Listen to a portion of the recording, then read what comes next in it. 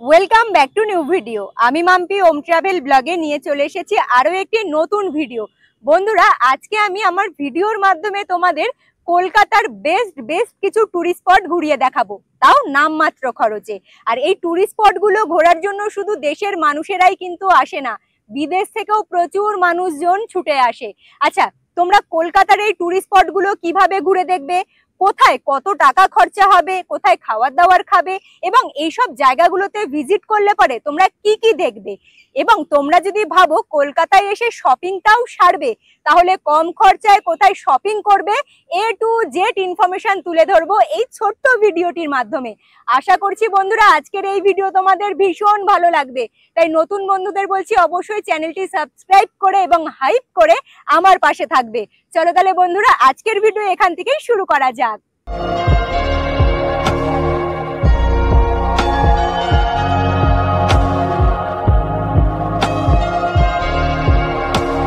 কলকাতা ভ্রমণের জন্য আজকে আমার যাত্রাটা সকাল সকাল শুরু করছি কিন্তু হাওড়া স্টেশন থেকে। সকালবেলা আমি যখন জার্নি শুরু করেছিলাম তখন ছিল অফিস টাইম, তাই বেশ খানিকক্ষণ জ্যামে আটকে থাকতে হয়েছিল। ফাইনালি জ্যাম কাটিয়ে আমাদের বাস উঠে পড়েছে হাওড়া ব্রিজের ওপরে, কলকাতার মেন আকর্ষণ। দূর দূর থেকে মানুষজন আসে এই হাওড়া ব্রিজ দেখতে। হাওড়া ব্রিজের ঠিক নিচ দিয়ে বয়ে গেছে গঙ্গা নদী। আমরা সকলে হাওড়া ব্রিজই বলি, তবে হাওড়া ব্রিজের আরো একখানা নাম রয়েছে, রবীন্দ্র সেতু। 1965 সালের 14ই জুন নোবেল বিজয়ী বাঙালি কবি রবীন্দ্রনাথ ঠাকুরের নাম অনুসারে হাওড়া ব্রিজের নামকরণ করা হয় রবীন্দ্র সেতু। হাওড়া ব্রিজ পার করে এলেই তোমরা কিন্তু ঢুকে যাবে বড় বাজারে। বড় বাজারের ওপর দিয়েই বাসটা যাবে। তোমরা যদি চাও কলকাতা শহরের সব থেকে বড় মার্কেট ঘুরবে, তাহলে অবশ্যই বড় বাজারে নেমে বড় বাজারটা ঘুরে দেখে নিতে পারো। এমন কোনো জিনিস নেই যেটা পাওয়া যায় না, সেটা জামা কাপড় হোক, ঘর সাজানোর জিনিস হোক, প্রচুর কিছু জিনিস রয়েছে। হোলসেল মার্কেট রয়েছে, খুচরো মার্কেটও রয়েছে। যেহেতু তোমাদের বলেছি সহজভাবে কম খরচায় কলকাতা শহর ঘুরিয়ে দেখাবো, বড় বাজার ঘোরার জন্য বাস থেকে তোমরা যেখানে নামবে, আবার বড় বাজার ঘোরা হয়ে গেলে সেখানেই চলে আসবে, তোমরা কিন্তু সেইখান থেকেই আবার আজকের গন্তব্যস্থলে পৌঁছানোর জন্য বাসও পেয়ে যাবে। যদি সম্ভব হয় হাওড়া রেলওয়ে স্টেশনের সামনের দিকে যে হাওড়া বাস স্ট্যান্ড রয়েছে, সেইখান থেকে কলকাতা শহর ঘোরা তোমরা শুরু করবে। কারণ হাওড়া বাস স্ট্যান্ড কিংবা হাওড়া ব্রিজের সামনে দাঁড়ালে পরে কলকাতা শহরের এ প্রান্ত থেকে ও প্রান্ত যেখানেই যেতে চাও না কেন, বাসের সুযোগ সুবিধা খুব ভালো পাবে। আমি হাওড়া ব্রিজের ঠিক সামনে থেকেই শখের বাজার মিনিতে উঠেছিলাম।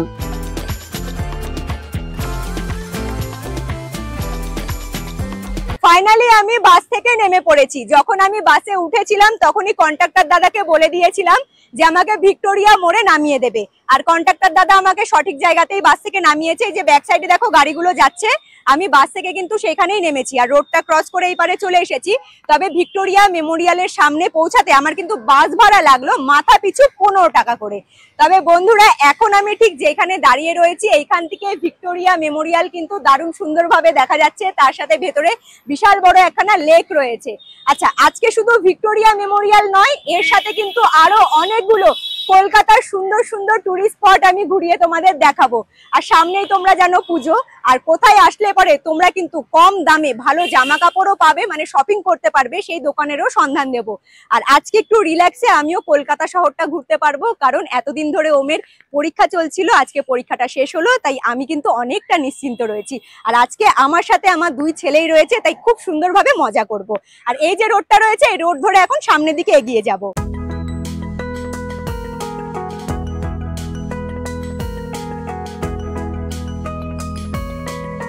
ফার্স্ট কিন্তু দাদা ভাই হয়েছে রিশু, তুমি একদম লাইন ক্রস করে বেরিয়ে গেছো। ভিক্টোরিয়া মেমোরিয়াল ঘুরতে এসেছি, তবে আমার ছোট ছেলে বলছে মা এত সুন্দর খোলা স্পেস, চলো একটু রেস করি। দাদাকে সাথে নিয়ে এখানে রেস করছে। আর এইদিকে দেখো ঘোড়ার গাড়ি যাচ্ছে। কলকাতার ঐতিহ্য তো এইসবই বন্ধুরা। দেখো ঘোড়ার গাড়িটা কি সুন্দরভাবে যাচ্ছে। এটা ঘোড়ার গাড়ি না, শুধু ঘোড়ার পিঠে একজন উঠে কিন্তু যাচ্ছে। হ্যাঁ, ঘোড়ার গাড়িও রয়েছে সামনের দিকে, চলো দেখাই। ভিক্টোরিয়া মেমোরিয়াল হলের সামনের রোডে এরকম লাইন দিয়ে গাড়িগুলো দাঁড়িয়ে থাকতে দেখবে। আসলে এইগুলো কিন্তু ঘোড়ার গাড়ি, তোমরা চাইলে ভাড়া করে ঘুরতে পারো।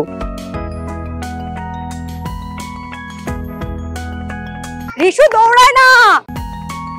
এদের নিয়ে কি ঘুরতে বেরোনো যায় বন্ধুরা? তোমরা অনেকেই আমাকে কমেন্ট করো যে রিশুকে একা দেখতে পাই কিন্তু ওমকে কেন দেখতে পাই না। দুটো ছেলেকে নিয়ে আমি যদি কোনো কাজে বেরোই মানে আমার কাজ তো হবেই না, তার সাথে এদের দুজনকে সামলাতে সামলাতেই পুরো দিন চলে যাবে।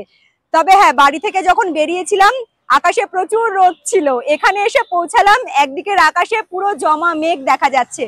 জানি না বৃষ্টি পড়লে পরে ওয়েদারটা ভালো হয়ে যাবে কিন্তু আমাদের ঘোড়াটা মাটি হয়ে যাবে। তো দেখি বৃষ্টি না পড়লে পরে তাড়াহুড়ো করে পুরো জায়গাটা কভার করে নেব। কোলে নয়, হেঁটে হেঁটে চলো। এইমাত্র তোমরা দেখলে শুধু গাড়িটা রাস্তার উপরে দাঁড়িয়ে রয়েছে, আসলে গাড়িগুলোর সামনের দিকে এরকম দুটো করে ঘোড়া বাঁধা থাকবে। পুরো পরিষ্কার পরিচ্ছন্ন রাস্তাঘাট। রোডের এপার থেকে ভিক্টোরিয়া মেমোরিয়াল হল দেখতে কি অসাধারণ লাগছে। ভিক্টোরিয়া মেমোরিয়ালের সামনে আমি পৌঁছে কিন্তু গেছি। তবে বন্ধুরা, টিকিট না কেটে ভেতরে তো আর এন্ট্রি করা যাবে না, তাই সবার প্রথমে টিকিট কাউন্টার থেকে আমি কিন্তু টিকিট কেটে নিয়েছি। তোমরা যদি মিউজিয়ামের ভেতরে এন্ট্রি করো তাহলে কিন্তু মাথা পিছু খরচা হবে টিকিট আর কি 50 টাকা করে। আর যদি তোমরা গার্ডেন এরিয়াটা শুধু ঘুরে দেখো তাহলে টিকিট খরচা পড়বে মাথা পিছু 30 টাকা করে। সামনের দিকে রয়েছে কিন্তু এন্ট্রি গেট, সেই এন্ট্রি গেট দিয়ে লাইন দিয়ে কিন্তু এখন ভেতরের দিকে এন্ট্রি করতে হবে, কারণ সামনের দিকে প্রচুর লাইন রয়েছে। ভিক্টোরিয়া মেমোরিয়াল হলের ঠিক সামনের দিকে রয়েছে বিশাল বড় প্রবেশদ্বার। দুপাশে বসে রয়েছে সাদা পাথরের দুটো বড় বড় সিংহ। তবে এই গেটটি ব্যবহার করা না হলে পরেও দুপাশে ছোট ছোট গেট রয়েছে, একটা এন্ট্রি গেট, একটা এক্সিট গেট। ফাইনালি আমি এন্ট্রি করেছি কিন্তু ভিক্টোরিয়া মেমোরিয়ালের ভেতরে। তবে বন্ধুরা, এখানে কিন্তু একটা বিশাল বড় স্ট্যাচু রয়েছে যার সামনে দাঁড়িয়ে সকলেই ভিডিও শুট করছে, ফটো শুট করছে। আর ভিড় দেখেছো? ভিড় দেখে বোঝা যাচ্ছে পুজোর আগে সকলেই বাড়ি থেকে বেরিয়ে অলরেডি ঘোরা স্টার্ট করে দিয়েছে। আচ্ছা, কিছু গুরুত্বপূর্ণ কথা, তোমরা যারা মিউজিয়ামের ভেতরে এন্ট্রি করবে সাথে যদি ব্যাগপত্র থাকে, এখানে একটা কিন্তু কাউন্টার রয়েছে যেখানে তোমরা এন্ট্রি করবে, মানে এন্ট্রি যে গেটটা রয়েছে তার ঠিক পাশে। সেখানে তোমরা ব্যাগ 1 ঘন্টার জন্য রেখে মিউজিয়ামের ভেতরে এন্ট্রি করতে পারবে, আর তার জন্য কোনো রকম টাকা পয়সা খরচা হবে না। আর যারা গার্ডেন এরিয়া ঘুরে দেখতে চাইছো তাদেরকে ব্যাগ রাখতে হবে না। তবে বাড়িতে যদি ছোট পেট থাকে তোমরা কিন্তু পেটদেরকে এই ভিক্টোরিয়া মেমোরিয়ালের ভেতরে এন্ট্রি করাতে পারবে না, শুধুমাত্র তোমাদেরই এন্ট্রি করতে হবে।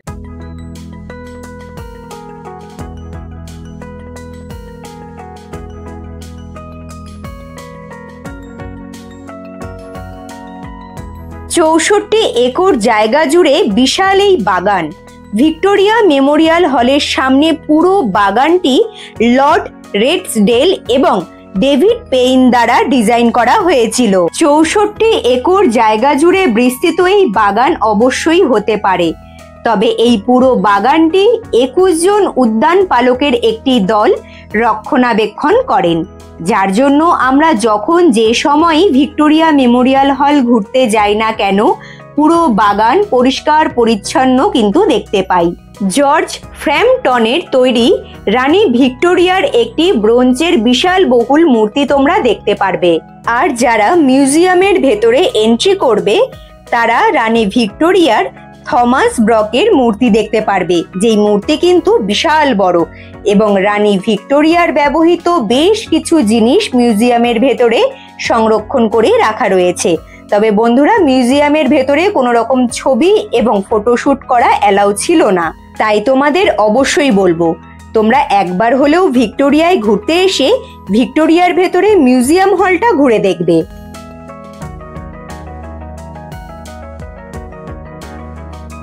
ভিক্টোরিয়া মেমোরিয়ালের অবস্থানটা ঠিক মাঝখানে, আর চারিদিকে কিন্তু তোমরা দেখতে পারবে বিশাল বড় গার্ডেন এরিয়া। ভিক্টোরিয়া মেমোরিয়ালটা দেখো বন্ধুরা, কাছ থেকে দেখতে কত অসাধারণ লাগছে। তবে হ্যাঁ, বিশাল বড় গার্ডেন এরিয়া, প্রত্যেকটা গার্ডেন এরিয়া কিন্তু ভাগ ভাগ করে এবং সুন্দরভাবে গাছগাছালি দিয়ে ফুল গাছ দিয়ে সাজানো রয়েছে। আর যারা সাথে করে বসার জিনিসপত্র নিয়ে আসবে তারা কিন্তু এখানে বসে খুব সুন্দরভাবে সময় কাটাতে পারবে। দেখো, এখানে কিন্তু বেশ অনেকগুলো ফ্যামিলি চাদর পেতে বাচ্চাদের সাথে সময় কাটাচ্ছে। সামনের দিকে রয়েছে লেক, আর আমার দুটো ছেলে নিজের মতো কিন্তু খেলে বেড়াচ্ছে, মানে ওদের আজকে কোনো একদম বাধা নিষেধ নেই, তোমরা নিজেদের মতো মজা করো। তবে হ্যাঁ, এইখানে কিন্তু সামনের দিকে দেখা যাচ্ছে গার্ডেন এরিয়ার মাঝখানে রয়েছে বেশ সুন্দর একখানা ফোয়ারা, তার কাছে যাব। ভবনটি 338 বাই 228 ফুট লম্বা, 184 ফুট উচ্চতা, এবং এই পুরো ভবনটি কিন্তু সাদা মাকরানা মার্বেল দিয়ে তৈরি। মূলত এখানে উঁচু প্রবেশদ্বার, 4টি সহায়ক ভবন, অষ্টভুজাকার গম্বুজযুক্ত ছাদ, সোপান এবং টাওয়ার রয়েছে। দুই ভাই মিলে এত দুষ্টুমি করছে, শেষে আমি কিন্তু ওদের হাত দুটো ধরে নিয়েছি যে এখন যেখানেই যাবে আমার সাথে হাত ধরে থাকবে। তবুও কি ওরা কথা শুনবে? কিছুক্ষণ পরেই হাত ছেড়ে এদিক ওদিক ঘুরতে শুরু করে দেবে। আর আজকে বাড়ি থেকে আমরা যখন বেরোই তখন ওমকে বলেছিলাম যে বাইরে বেরোচ্ছি, ঘুরবো, তার সাথে কিছু একটা শপিং করেই আসবো, মানে তোমাদের দুজনের জন্যই জিনিস কিনবো। দুই ভাইয়ের রিয়াকশন ছিল কোনো রকম আমরা জামা কাপড় কিনবো না, আমাদেরকে আইসক্রিম খাওয়াতে হবে। বোঝো তালে ঠেলা, মানে ওরা এখনো পুজো কি বা পুজোর সময় নতুন জামা কাপড় কিনতে হবে এই বিষয়টা মাথায় এখনো ঢোকেনি। যাই হোক, ওকে আমি বললাম তুমি একটু ভালো জামা কাপড় পরো, বলছে না মা ভীষণ গরম। মানে স্কুল থেকে এসেই, ওর যেহেতু সকালবেলা করে স্কুল থেকে এসেই খাবার দাবার খেয়ে রেডি হয়েছে, আর বলছে এইসব জামা কাপড়ই পরে যাব, কারণ দোকানে গেলে পরে তুমি আবার বলবে এই জামাটা খুলে এই জামাটা পর, তখন আমার খুব প্রবলেম হবে। যার জন্য একদম হালকা পাতলা জামা কাপড় পরেই এসছে।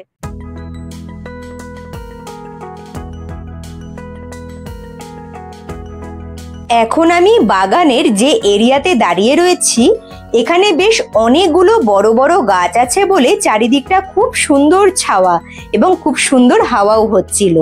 তবে দেখে মনে হলো এই জায়গাটা কাপেলরাই ক্যাপচার করে রেখেছে, কারণ এখানে খুব সুন্দর বসার ব্যবস্থা আছে। প্রত্যেকটা জায়গাতেই নিজেদের প্রিয় মানুষের সাথে বসে সুন্দর সময় কাটাচ্ছে।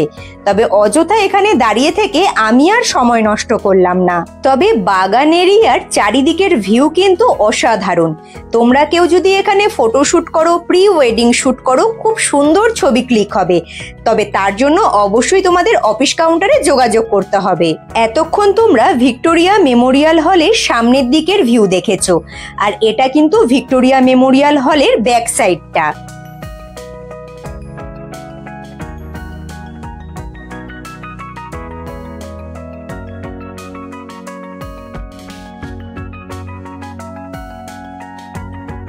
তোমাদের আমি যেমনটা বলেছিলাম যে গার্ডেন এরিয়াটা খুব সুন্দর করে সাজানো এবং বিভিন্ন দিকের কিন্তু ডিজাইন গুলো একটু অন্য রকমের।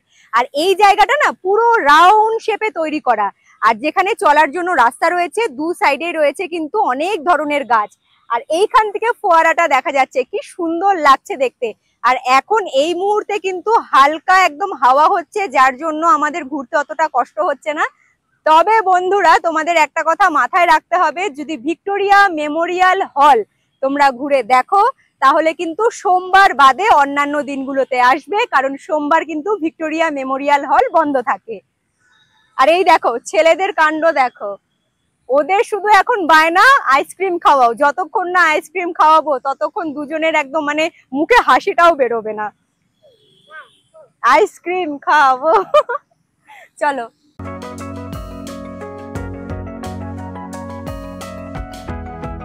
একদিনে যেহেতু আমি কলকাতা শহরের আরো কিছু জায়গা ঘুরে দেখব, তাই ঘড়ির দিকেও একটু নজরটা রাখছিলাম। আর এখানে দেখো ফোয়ারাটা কি সুন্দর লাগছে, স্বচ্ছ সাদা জল আর চারিপাশে ছোট ছোট সবুজে ঘেরা ঘাস, কি অপূর্ব দৃশ্য।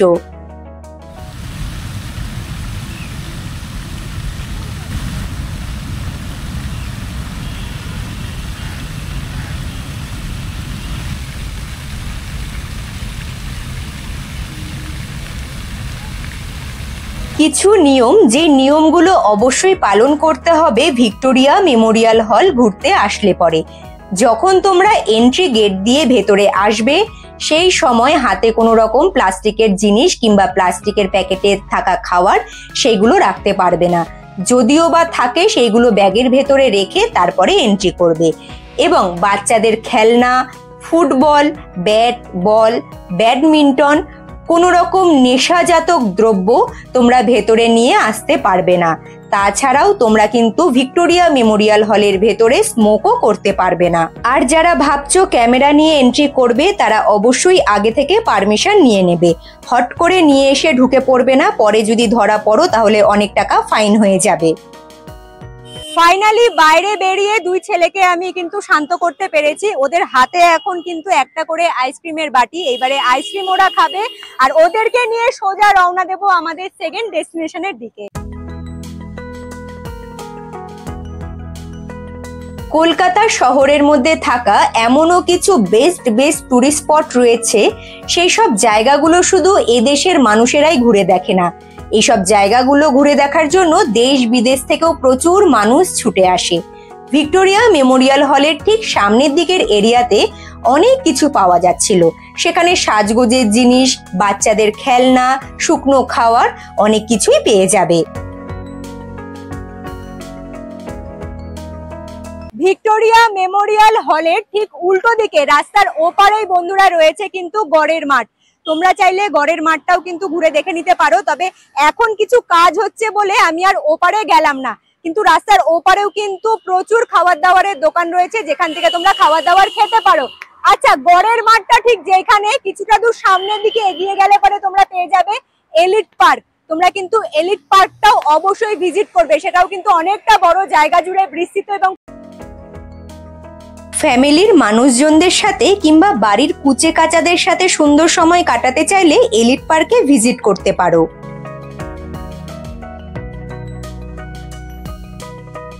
চলে এলাম এবারে ফুচকা খেতে। ওম একবার বললো মা ফুচকা খাবো, তো এবারে আমি বলেছি এখন খাবো না, একটু পরে খাবো। তোমরা তো এইমাত্র আইসক্রিম খেলে, যেই বলেছি দেবো না মুখটা একদম শুকনো করে দিয়েছে। তো যাই হোক, এখানে কিন্তু 20 টাকার 5টা করে ফুচকা। চলো, তাছাড়াও আমার কাছে মনে হয় ফুচকা ছাড়া কিন্তু যে কোনো ঘোরা অসম্পূর্ণ, কারণ ফুচকাটা আমার কিন্তু বেস্ট লাগে।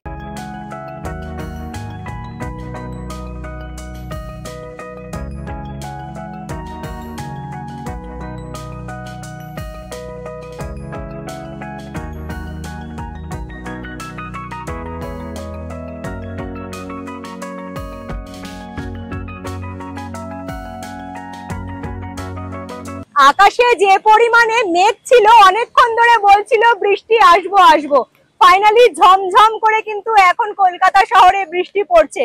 ভাগ্যিস বাড়ি থেকে বেরোনোর সময় আমি 3খানা ছাতা নিয়ে এসেছিলাম, সেই ছাতাগুলো কাজে লেগেছে। আচ্ছা, 5 মিনিট হাঁটা পথে কুইন্স ওয়ে ধরে, মানে আমি যে রোডটা ধরে আসলাম সেই রোডটার নাম হলো কুইন্স ওয়ে, সেই রোড ধরে চলে এসেছি এমপি বিড়লা তারামণ্ডলের সামনে।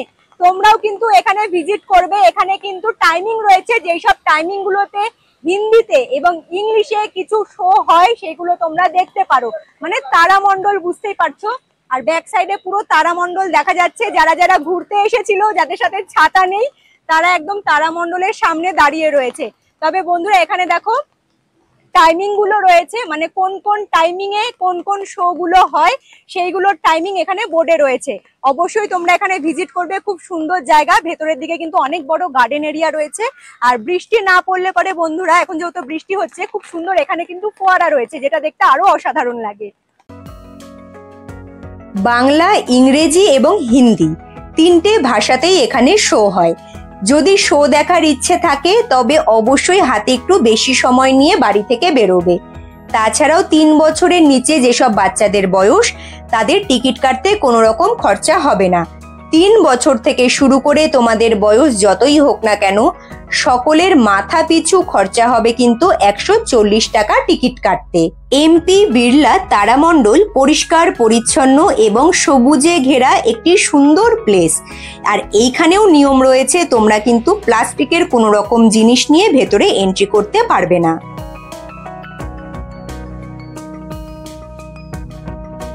ব্যাক সাইডেই দেখা যাচ্ছে তারামণ্ডল। তারামণ্ডল থেকে 2-4 পা সামনের দিকে এগিয়ে আসলে পরে তোমরা কিন্তু দেখতে পারবে বড় একখানা প্রবেশদ্বার।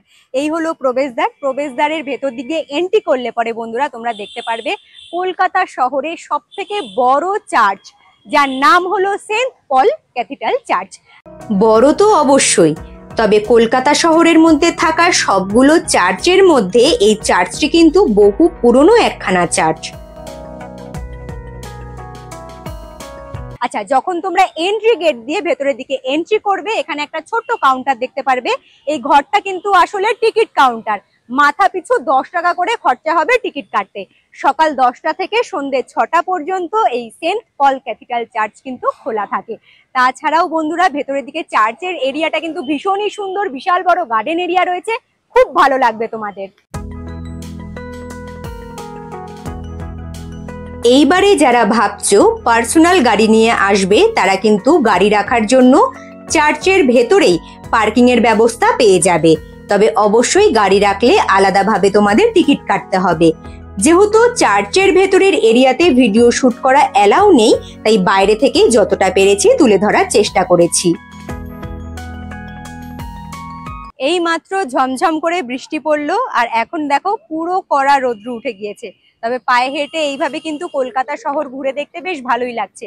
বৃষ্টি যখন হচ্ছিল তখন ভেবেছিলাম যে বাড়ি ফিরে যাব, এখানেই ভিডিওটা এন্ড করে দেব। তবে সৌরভের কথা হলো, বেরিয়েছি যখন পুরো ঘুরবো, নিজেদের কাজ সম্পূর্ণ করব, তারপরেই বাড়িতে যাব। যাই হোক, ওর কথাটা শুনলাম, এখন দেখছি রোদ উঠে গেছে। তবে বন্ধুরা, এখন আমি ঠিক যেখানে দাঁড়িয়ে রয়েছি এই জায়গাটার নাম হলো ২১শে উদ্যান। এখানে কিন্তু খুব সুন্দর গার্ডেন এরিয়া রয়েছে, তাছাড়াও বেশ অনেকগুলো স্ট্যাচু রয়েছে, যেগুলো দেখতে কিন্তু বেশ ভালোই লাগছে। আর এইগুলো কিন্তু শহীদ স্মরণে এগুলো বানানো হয়েছে। যেমন এখানে লেখা রয়েছে, দেখো ২১শে জুলাই শহীদ স্মরণে শহীদ উদ্যান ও শহীদ স্মারক। তো যাই হোক, এই জায়গাটাও কিন্তু আমার বেশ ভালোই লাগলো। রিশু তার দাদা ভাইকে সেম জিনিস করতে দেখেছিল, তাই বায়না করলো আমিও এর ওপর দিয়ে একটা একটা করে পা ফেলে সামনের দিকে যাব। ওর বায়না আর ফেলতে পারলাম না। ২১শে উদ্যানের সামনে যে সোজা রাস্তাটা গেছে, সেই রাস্তা ধরে সোজা আমি হাঁটা পথে রওনা দিলাম পার্ক স্ট্রিটের দিকে। আর রাস্তার ভিউগুলো কিন্তু খুব সুন্দর ছিল।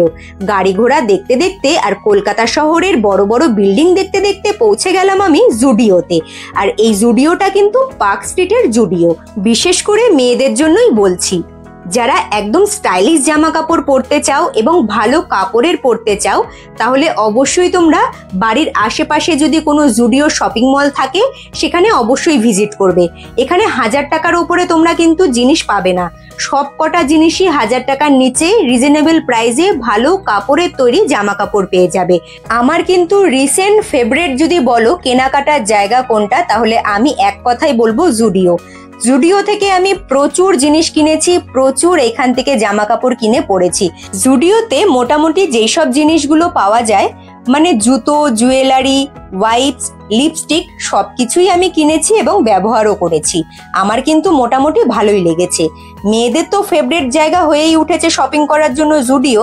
এখন কিন্তু আস্তে আস্তে ছেলেরাও জুডিওতে এসে কেনাকাটা করছে। যখনই আমি বাড়ি থেকে বেরোই, জুডিওতে আসলে পরে কিছু না কিছু একটা কিনে নিয়ে যাই। আজকে বাড়ি থেকে বেরোনোর সময় মাইন্ড সেট করে নিয়েছিলাম, যেটাই পছন্দ হোক, আজকে নিজের জন্য কিচ্ছু কিনবো না, আজ শুধু বাচ্চাদের কেনাকাটাই করব। তবুও এখানে এসে আমি কিন্তু ফাউন্ডেশনের শেডগুলো দেখছিলাম, খুব রিজনেবল প্রাইসেই পাওয়া যায়। তাছাড়া নেল পলিশের কালার বলো, পারফিউমগুলো বলো, বেশ কিন্তু ভালোই ছিল। তবে হ্যাঁ, ব্যবহারও করতে পারবে, ব্যবহারের জন্য এক্সট্রা করে থাকে এবং পছন্দ হলে তোমরা সিল প্যাক জিনিসটা নিতে পারবে।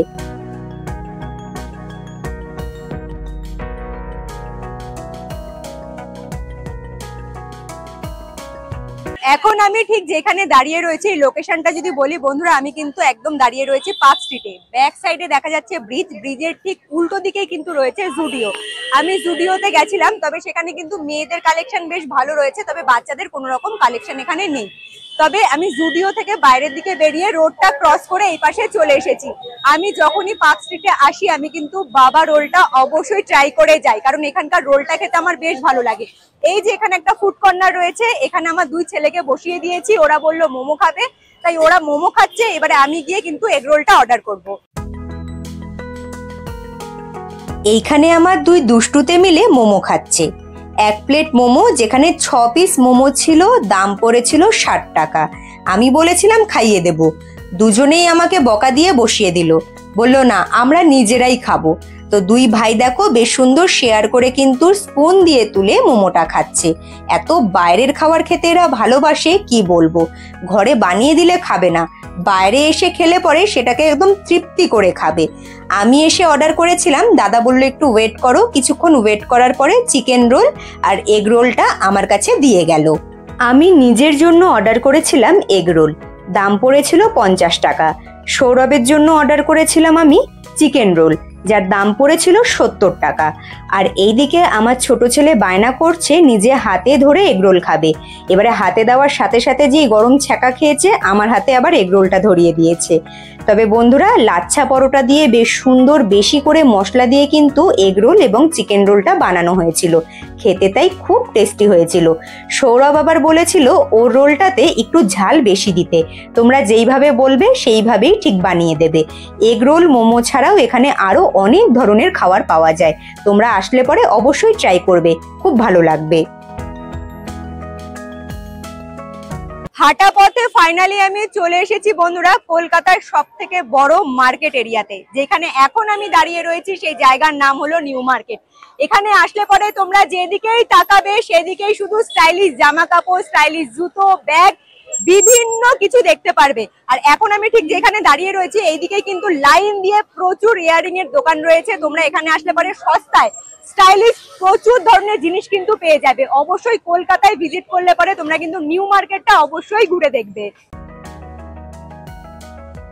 সকাল থেকে রাত পর্যন্ত পুরো জমজমাট থাকে নিউ মার্কেট এরিয়া। তাই তোমরা যদি ভাবো যে পুজোর কেনাকাটা করব, তাহলে তোমরা একটু আগে ভাগে এসে কিন্তু ঘুরে যাবে, নয়তো পুজোর সময় এখানে পা রাখারও জায়গা থাকে না।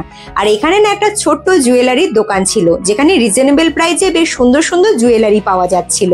তাই একটু দাঁড়িয়ে আমি দেখে নিলাম। এখন আমি দাঁড়িয়ে রয়েছি সিম পার্ক মলের একদম ঠিক সামনে। ব্যাক সাইডে রয়েছে সিম পার্ক মলে যাওয়ার জন্য একটা এন্ট্রি গেট। আমার সামনের দিকেও কিন্তু একটা এন্ট্রি গেট রয়েছে, যেখানে বড় করে লেখা রয়েছে বন্ধুরা সিম পার্ক মল। লেটেস্ট কালেকশন, তার সাথে ডিজাইনার যদি কোনো জিনিসপত্র, জামা কাপড় নিতে চাও, অবশ্যই তোমরা সিম পার্ক মলে কিন্তু ভিজিট করতে পারো। আর এটা কিন্তু আন্ডারগ্রাউন্ড একটি মল, যার জন্য তোমাদেরকে সিঁড়ি ধরে একদম নিচের দিকে গিয়ে পুরো মার্কেটটা ঘুরে দেখতে হবে। আচ্ছা, তোমাদেরকে নিউ মার্কেটটা যে আমি ঘুরিয়ে দেখালাম, এখানে কিন্তু তোমরা রোডের ওপরে প্রচুর একদম ছোট ছোট দোকান পেয়ে যাবে, যেখান থেকে ফ্যান্সি জিনিস তোমরা কম দামে কিনে নিতে পারো। তাছাড়াও কিন্তু রোডের ওপরে তোমরা দেখতে পারবে বড় বড় দোকান, যেমন ব্র্যান্ডের দোকান কিন্তু প্রচুর রয়েছে। তাছাড়াও স্টাইল বাজার, বাজার কলকাতা, সমস্ত কিছুই কিন্তু রয়েছে। মান্যেবারও কিন্তু এই নিউ মার্কেটে রয়েছে। তোমরা পুরো মার্কেটটা ঘুরে দেখবে বন্ধুরা, তোমাদের খুব ভালো লাগবে। আচ্ছা, একটা কথা অবশ্যই বলবো, এরকম কলকাতার ওপরে যদি তোমরা কাজ দেখতে চাও, কম খরচায় তোমরা কলকাতার আশেপাশের কোন কোন জায়গাগুলো ঘুরে দেখতে চাও আমার ভিডিওর মাধ্যমে, অবশ্যই আমাকে কিন্তু খুব খুব বেশি করে কমেন্ট করবে। তাহলে আমি কিন্তু কলকাতার ওপরে কাজ করতে আরো উৎসাহিত হব। সিম পার্ক মল ছাড়াও নিউ মার্কেটে আরো একখানা শপিং মল রয়েছে, যার নাম হলো শ্রীরাম মার্কেট। এই দুটো শপিং মলে বন্ধুরা মেয়েদের চোখ ঝলসানো, চোখ ধাঁধানো ভ্যারাইটিস জামা কাপড় পাওয়া যায় এবং স্টাইলিশ জামা কাপড় পাওয়া যায়। কিন্তু প্রচুর দাম চাওয়া হয় বলে তোমরা অবশ্যই কিন্তু বার্গেনিং করবে। এখানে বার্গেনিং করেও কিন্তু জিনিসপত্র বিক্রি হয়। তোমরা যতটা কম করতে পারবে কম করে জিনিসগুলো কিনবে। কিন্তু হ্যাঁ, ব্র্যান্ডেড জিনিসও রয়েছে, তোমরা চাইলে একটু দেখে শুনে বুঝে শুনে জিনিসগুলো কিনবে। ফার্স্ট ক্রাই, মান্যেবার, ভিবা থেকে শুরু করে সিলেদার্স সবকিছুই এখানে রয়েছে। সিলেদার্স থেকে আমি কিন্তু আমার দুই ছেলের জন্য খুব সুন্দর সুন্দর দুখানা জুতো কিনেছি এবং মেয়েদের প্রচুর কালেকশন এসছে এবং ব্যাগেরও প্রচুর কালেকশন এসছে। যদি তোমরা পারো সিলেদার্স থেকেও ঘুরে যাবে। আর যতবারই আমি নিউ মার্কেটে এসে বাজার কলকাতায় ঢুকি, আমার কোনো জিনিসই পছন্দ হয় না, তাই আমি সোজা চলে এসেছিলাম কিন্তু স্টাইল বাজারে। স্টাইল বাজারটা কিন্তু নিউ মার্কেটে নতুন খুলেছে। এখানে ছোট ছোট বাচ্চাদের খুব সুন্দর সুন্দর রিজনেবল প্রাইসের মধ্যে জামা কাপড় পাওয়া যাচ্ছিল, তাই ভেবেছিলাম এইখান থেকে ছেলেদের জন্য কিছু একটা কিনে নেব। তো অনেকগুলো আমি কিন্তু সেকশন ঘুরলাম, বাচ্চাদের জিনিসগুলো দেখলাম, তারপরে ফাইনালি আমার ছেলের জন্য জামা কাপড় পছন্দ করে কিনেছি। তবে ছেলেরা এখন সকলেই বড় হয়ে গেছে, ওরা নিজেদের জামা কাপড় নিজেরাই পছন্দ করতে ব্যস্ত ছিল, তাই আমি চারিদিকটা ঘুরে দেখছিলাম কোথায় কেমন কালেকশন পাওয়া যাচ্ছে।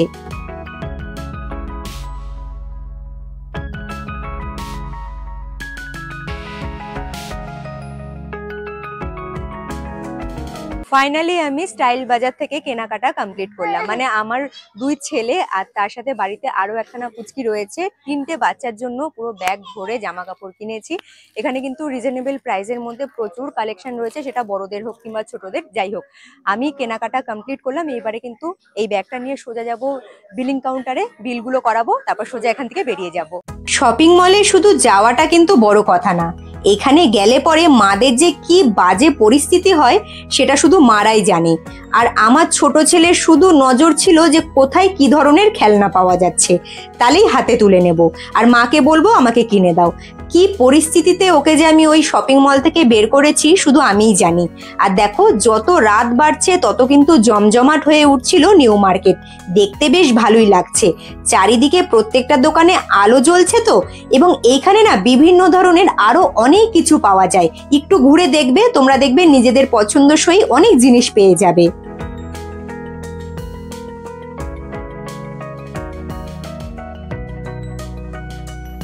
কলকাতা শহর ঘোরা, খাওয়া দাওয়া এবং শপিং করা আমার কিন্তু পুরো কমপ্লিট। তোমরাও বন্ধুরা এইভাবে কিন্তু সহজ পদ্ধতিতে কলকাতা শহর খুব অল্প খরচায় ঘুরে দেখে নিতে পারো। সকাল থেকে রাত্রি পর্যন্ত কিভাবে পুরোটা দিন আমার কলকাতা শহরে ঘুরেই কেটে গেল বুঝতেই পারলাম না। ভীষণ সুন্দর একখানা সময় কাটালাম আমার বাচ্চাদের সাথে। তাছাড়াও বন্ধুরা তোমরা কিন্তু অবশ্যই এখানে আসলে পরে নিউ মার্কেট এরিয়াটা ঘুরে দেখবে, এটা বারবার করেই বলবো, কারণ এখানে কিন্তু প্রচুর বড় মার্কেট তোমরা তো দেখতে পারবে এবং প্রচুর কালেকশন রয়েছে। যাই হোক বন্ধুরা, এবারে এইখান থেকে আমি রওনা দেবো সোজা আমার বাড়ির উদ্দেশ্যে। আজকের এই পুরো ভিডিওটি যদি তোমাদের ভালো লেগে থাকে অবশ্যই কিন্তু তোমরা আমার চ্যানেলটি লাইক করে দেবে এবং কমেন্ট করে জানাবে তোমাদের কেমন লাগলো। আর নতুন বন্ধুরা যারা ভিডিওগুলো দেখছো কিন্তু এখনো পর্যন্ত ওম ট্রাভেল ব্লগ সাবস্ক্রাইব করোনি, তারা চটজলদি করে ওম ট্রাভেল ব্লগ সাবস্ক্রাইব করে আমার পাশে থাকতে পারো। চলো তাহলে বন্ধুরা আজকের মতো এখানেই ভিডিওটা আমি এন্ড করছি। টাটা, বাই বাই, দেখা হচ্ছে তোমাদের সাথে আবার নেক্সট ভিডিওতে। তোমরা তাহলে ভালো থেকো, সুস্থ থেকো, টাটা।